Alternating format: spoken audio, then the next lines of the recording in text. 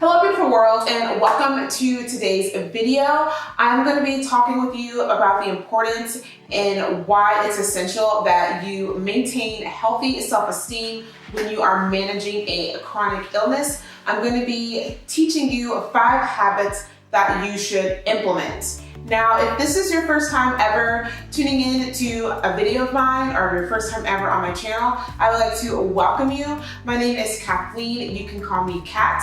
I upload videos here on YouTube Monday through Friday, and I focus on feminine health, reproductive health, anti-aging, wellness, fitness, nutrition, and just overall healthy living and healthy lifestyle. If that's something that you are into, go ahead and hit that subscribe button and make sure you ring the notification bell. That way you do not miss any of the videos that I upload here on this channel. So without further ado, let's go ahead and jump into today's topic. So one of the first healthy habits that you can cultivate when you are learning to manage your chronic illness emotionally and mentally and develop a healthier self-esteem and self-image is to just accept and understand that your chronic illness is a process and a journey within itself.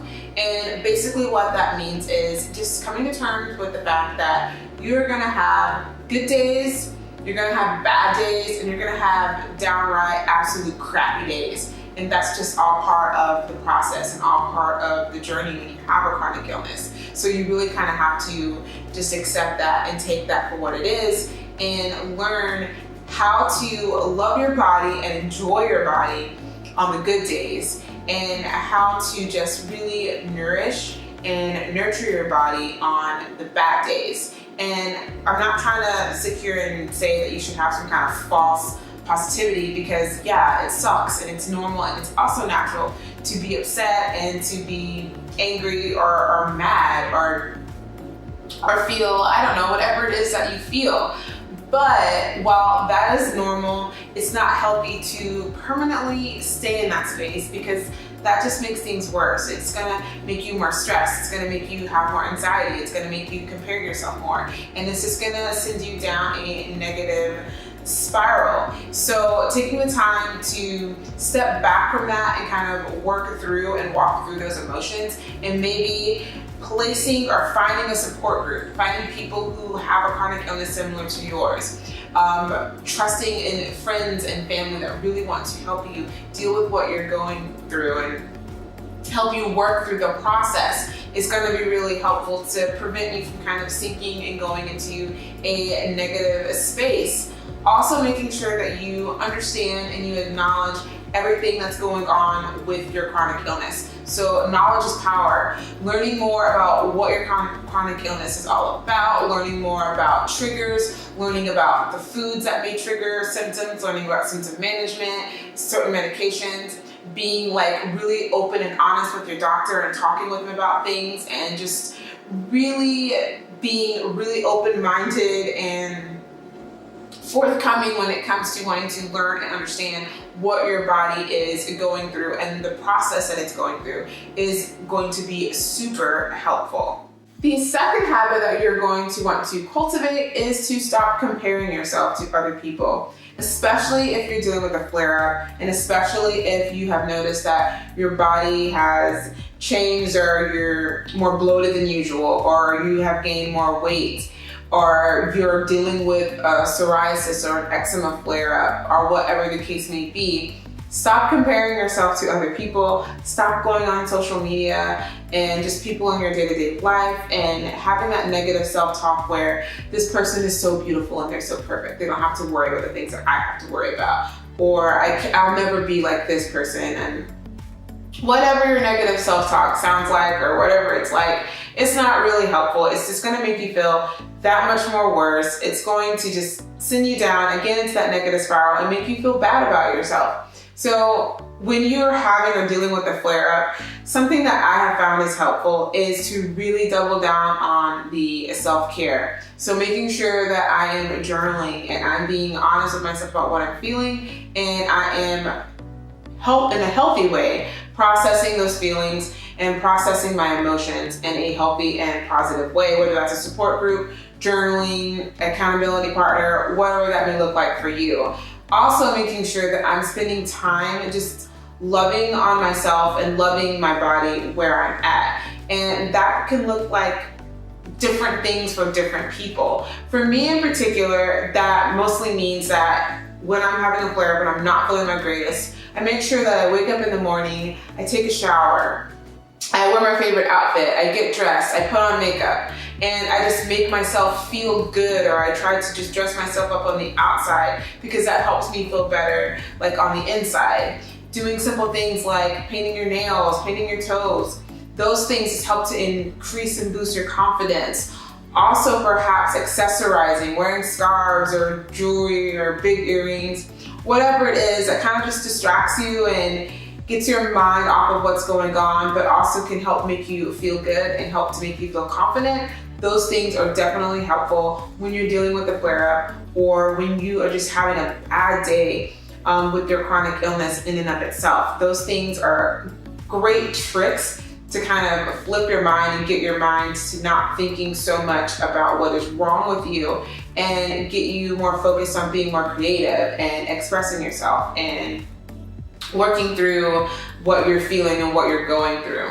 The third habit that you should cultivate is to focus on your overall health and well-being. Now, when it comes to creating fitness goals and when it comes to creating health goals, we live in a culture that is very obsessed with how you look, very obsessed with dieting and all of those things. Now, when you have a chronic illness, in some instances, you may need to lose weight, but that also can be counterproductive or it can be really difficult. For instance, with PCOS, it's very hard and challenging to lose weight for many women that have PCOS due to the hormonal imbalances and what's going on within their bodies on an internal and physiological level. So when you approach fitness and when you approach nutrition, start with the basics and just start with, I'm going to get moving and follow a regular fitness regimen and just help my body to feel better. Or even better, focusing on finding the fitness and nutrition that's going to help you manage your symptoms and help you manage your chronic illness that much better. The fourth habit that you should cultivate is to avoid focusing on the can'ts. And what that means is sometimes with chronic illness, or in most cases with chronic illness, there will be things that you cannot do, or there will be limitations to what you can eat and consume. There will be times where you're dealing with a flare-up, or if you're having chronic pain, where you're not going to be able to be as social as you would like to be. There are going to be particular things that your body cannot do because of fatigue, or just your body doesn't allow you to do that. It's just not indicated for you.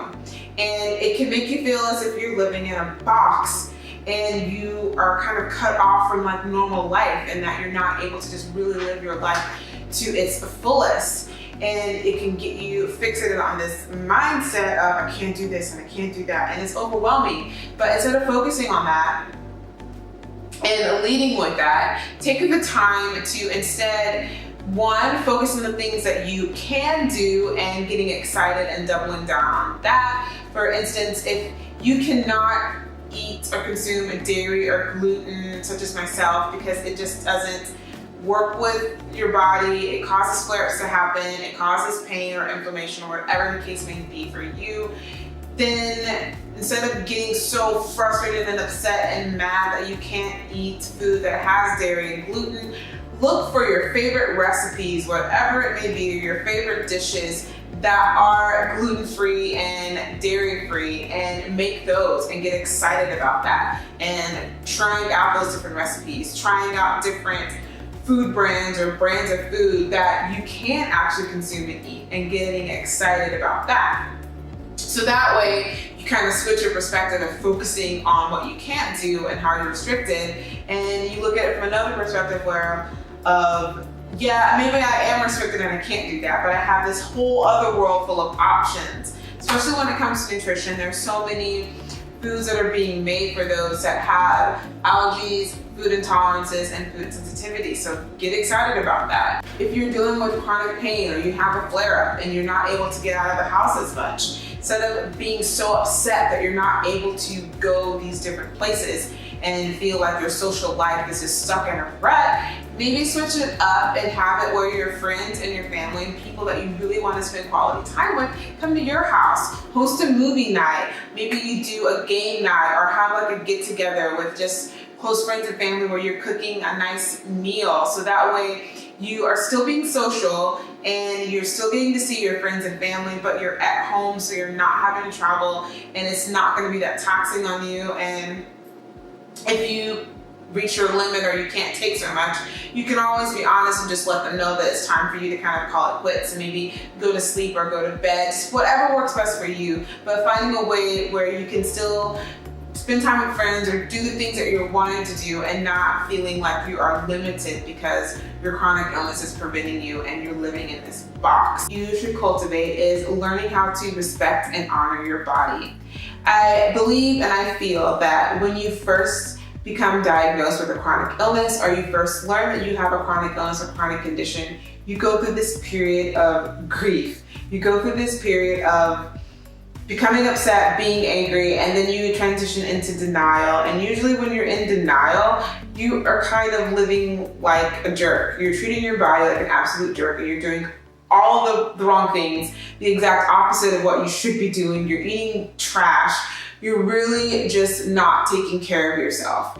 And you will get to this point where you get tired of being sick, you get tired of making the same ridiculous choices, and you really get to this point of acceptance where you really just want to do what is right for your body. And I feel like this habit is probably the most important habit to cultivate out of them all.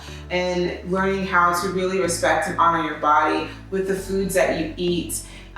If there's any food intolerances, food sensitivities, or food triggers, just omitting them from your diet. Don't try to make your body accept them because it's not going to accept them. And the more you try to make it, the worse you're probably going to make things be for your body and for your overall health. Just accept it, move on.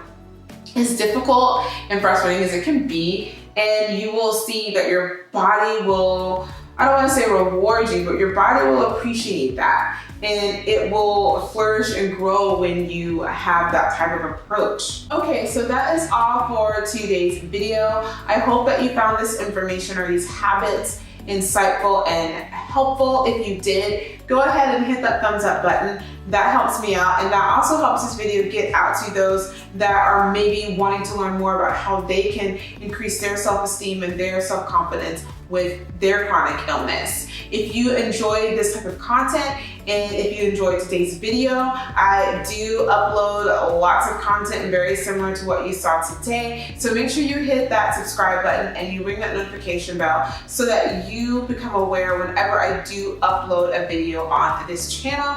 And so here is to redefining health and staying forever young. Bye.